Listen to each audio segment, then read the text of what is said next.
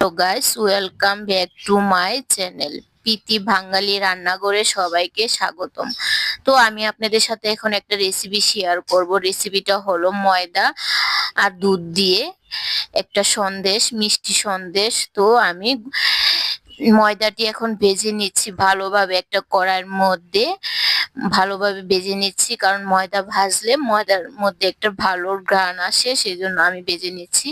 আপনারা নাও ভাজতে পারেন। তো এখন আমি এটাকে চাউলায় নিতেছি ভালোভাবে, যেন দানা দানা না ভাব থাকে।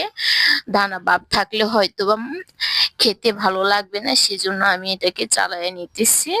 তো দেখেন, আমি খুব সুন্দরভাবে চালায় নিতেছি যেন দানা দানা ভাব না থাকে। তো আমার চালানি হয়ে গেছে। তো আমি একটা প্লেটে নিয়ে নিছি।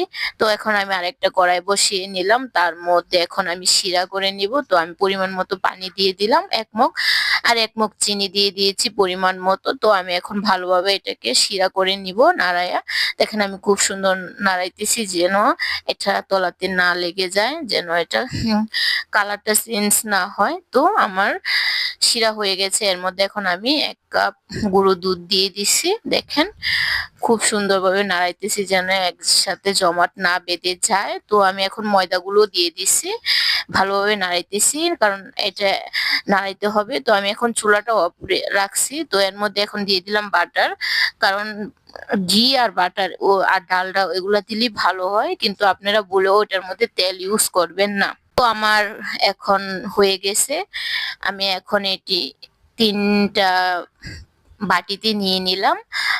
এখন একটা বেশি করে একটা প্লেটের মধ্যে নিয়ে নিয়েছি। তো এখন এটার মধ্যে আমি কালার ফুড দিব, 3টা কালার ফুড করে নিব। তো দেখেন আমি দিয়ে দিছি 3টা কালার ফুড। এখন এগুলাকে আমি একসাথে মেখে নিব।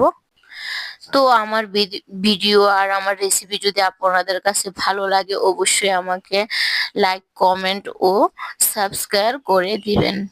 তো দেখেন আমি খুব সুন্দরভাবে এগুলাকে একসাথে আলাদা আলাদা ভাবে মেখে নিচ্ছি কালার ফুড দিয়ে। দেখেন কালার গুলো কত সুন্দর হয়েছে। আমি 3টা কালার নিয়েছি, দেখেন।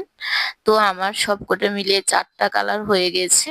তো দেখেন এখন আমি একটা পেপার নিয়ে নিয়েছি, মানে এটা হলো পলিথিন পেপার। এর মধ্যে আমি চেপে চেপে ভালোভাবে এটাকে রুটি করে নিতেছি যেন হাতে না লাগে।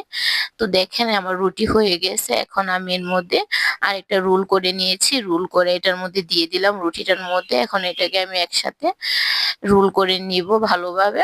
দেখেন খুব সুন্দরভাবে আমি এটাকে রোল করে নিতেছি। দেখেন এখন আমি আরেকটা কালার দিয়ে দিছি রোল করে। এখন এটাকে আমি রুটির মধ্যে দিয়ে দিছি। এখন আমি এটাকে রোল করে নিলাম। এখন